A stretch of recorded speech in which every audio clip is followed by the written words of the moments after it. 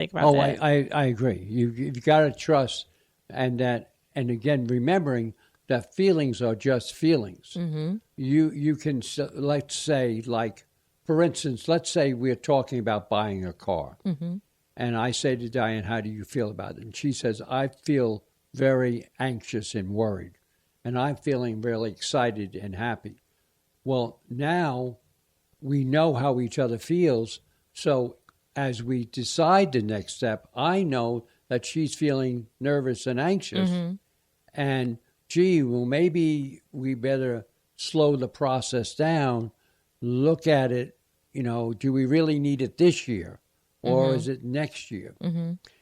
Vice versa, she's saying, boy, he's really excited about possibly getting a new car. Let's see. So you can share your feelings Mm-hmm. and still have your problems over here. But now the couple know Mm-hmm. what each Mm-hmm. other is talking about. Well, you included her. You're including how she feel into your decision making instead of saying, no, I want this car. Right. Yeah, it's a 50. Well, see, it's not, and we don't think it's a 50-50 deal marriage. We think it's 100-100. Mm-hmm.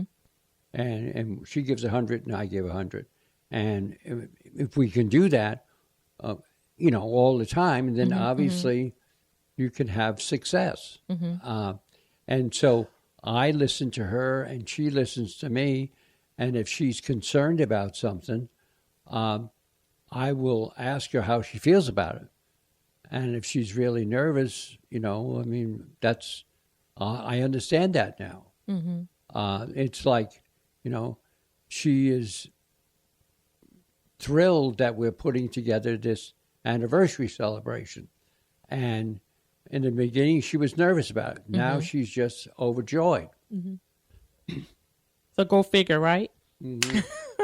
Not knowing, like, wait a minute. But you know what? The thing, too, that you say that is so vital is that you noticing her feelings. To me, it made me think before you didn't notice them because y'all were so opposite. Right. Well, that's what I'm saying. Before the marriage encounter weekend, Mm-hmm. yeah, we were on two different railroads, Mm-hmm. and we weren't even on the same train. We were on two different railroads. And then that put us on the same train. And maybe, again, we have different cars at times, and she's got the fast forward car and I'm slowing down car, but we just, and it's worked. And one other thing we do too is we write to each other every day. We write a love letter, and and it could be on any topic. Mm-hmm. And we share our feelings, and people go, wow, why? And well, we know of couples that have done now over 20,000 love letters Mm-hmm. a day, every day, never missed. Wow, that's amazing. I can't say we haven't missed, but Right. But couples have done it every single day. I think that is because of their desire to keep the fire, their desire to keep that love, to do whatever it takes, and to be able to be open. Right. And I believe once a person feels safe with you, whether it's the husband feels safe with the wife or the wife feels safe with the husband, you're able to open up and you're able to share and you're able to. Absolutely, Opal. Absolutely. It's the having the trust in each other, and once you have that trust, it's it just works. And our kids, they've not gone on marriage encounter weekend or anything, but they obviously observed that, and their marriages, they've both been married 20 or over plus years now. And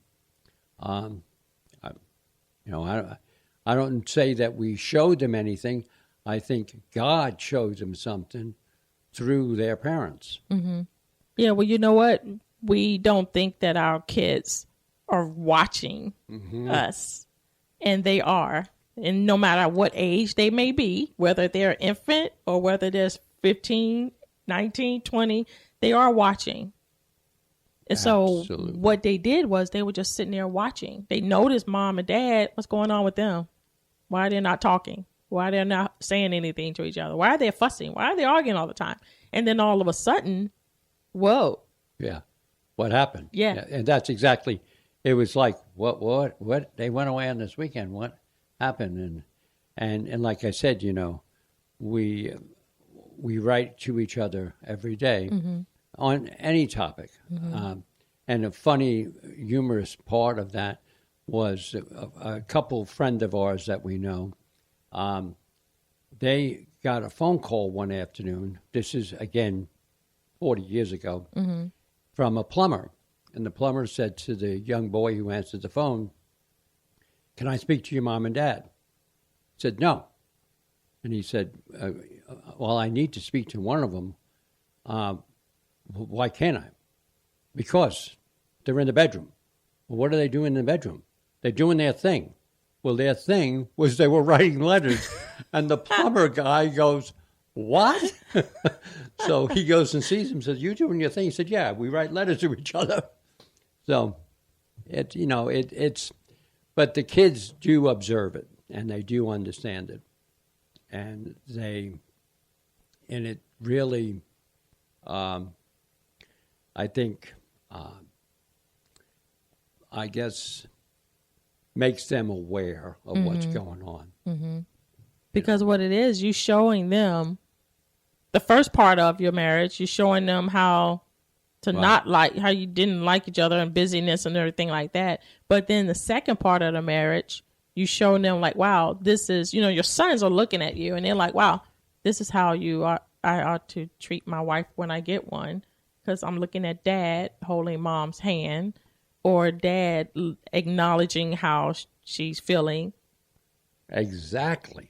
And that is, and like you said, the kids don't say anything, but they observe it, they see it, and they, and it obviously clicks. And they have both said, or both of our children have said, they saw things change. They couldn't put it together what it was, but change. And then we ended up with a lot of marriage encounter friends over the years who also had, the same beliefs, so to speak. Wow, that's an awesome program that God would allow you to be a part of to salvage. That's exactly right. God would allow us to be a part of. That's exactly right. And it's, and I think it just, and what I want people to realize, it's not the only program. There are so many others out there. But if people do that and say, well, let's try it, at least you're giving it a shot. Right. You're saying, hey, let's see what happens. That's good. Yeah. I appreciate that. Thank you very much for coming and sharing with us. And we know that Diane is, sadly, that she's not here with you, but you have brought her face here with us. So we appreciate that. Right. And so I understand you're also having a wedding anniversary. So how you feel about that? We feel overjoyed that we have been blessed to be with each other for 50 years and that we can have all our friends and family come together and just celebrate the goodness of marriage. And we have an excellent project coordinator. And someday I'll tell you who it was. But it really, just really amazing.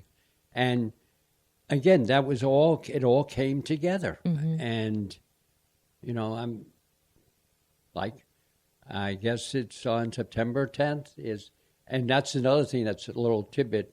Anybody married before 2000, if they look at when their 50th anniversary, it'll be the exact same day and date that they got married. Wow. If you're married after 2000, it's not, because then the calendar got changed. So that's a good tip. Be off. So just want to let people know that. Well, you have definitely blessed people today, and I know that everyone that listened has really been encouraged by you to at least try to take that step. Even if that's the last resort. Yeah. At least make the attempt. Sure. And again, just look up on the internet the programs that are out there and just communicate and and see what the plan is. Yeah, that's good.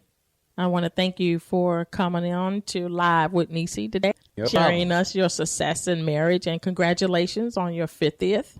Thank you. And you can continue to listen to me on every Monday morning and Friday at 9:05 on TNR radio station, as well as iHeartRadio.